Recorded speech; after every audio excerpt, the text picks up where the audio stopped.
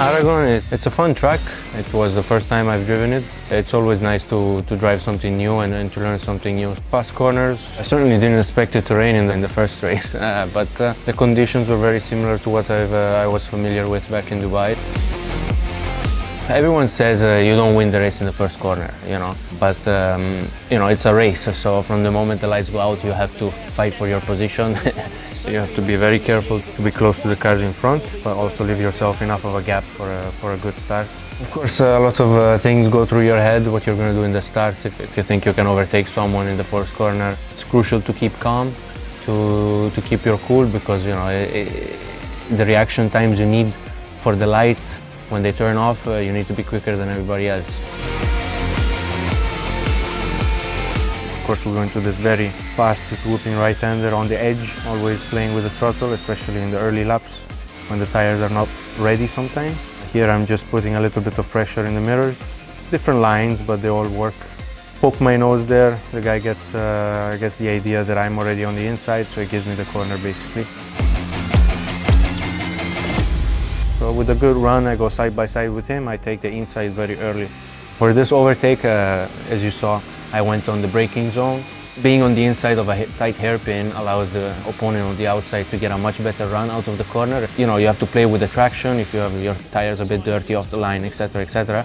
So as you can see, we went on and we fought back and forth a little bit. I had to defend my position on the inside in turn one, but at the end, I kept the position. I defended my corner well by just placing the car where he wanted to put his, and at that point, the corner was mine, and I started to get away. One of the main things you look at as a racing driver is not only the racetrack. You look at the data you get on your steering wheel, you listen to the radio, and you also have to focus on the other people that are on track. The first thing I do mostly, if I have an opponent in front of me, I just look at what they do, look at how they drive, memorize, understand, what they do usually, and then from there I decide to craft or make a move out of what I understood. This overtake was probably the easiest one of the race. Clearly you can see the car is having an issue in front, so I just make a big dive. I made the move stick pretty easily. You always think how many more cars are in front of you, how many more overtakes you have to do, and how your gap is developing, because of course if you fight for position at any point, you're always going to lose out on someone who's doing a clean lap without having to worry about defending or attacking. So, it's a big balancing situation here. He went very, very defensive with his car and lost a lot of ground on the exit of the corner. I was able to take advantage of the grip you get on the racing line compared to him going a bit wide in turn one, and I make the outside overtake stick, mostly thanks to him.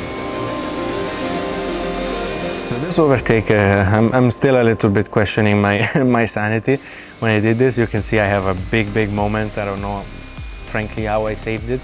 Clearly, I lose the rear end of the car, managed to gather myself back together, and still we somewhat make the corner. Both of us, you can see that we went very ambitiously into turn one with the braking points. It was not a good move for either of us, but at the end I was like, yeah, I saved it, I want to keep this position, and I went for it. This is the kind of move that if you make it stick, then wow, fantastic, but most of the time you don't make it stick. It usually doesn't work itself out like it did here. I would say I got quite lucky, and through a bit of skill here and there, I was able to recover the car, no problem. It was coming in a bit more diagonally. I saw the car coming, so instinctively I tried to turn the steering wheel, but when you do it with such heavy braking force, 80 bar of brake force on your brakes with no ABS, it's a moment that the rear wants to lock up a little bit, all the weight is shifted in the front, it's very light, so I had to immediately let go of the brakes, save the car, get it straight, and that's why I went long.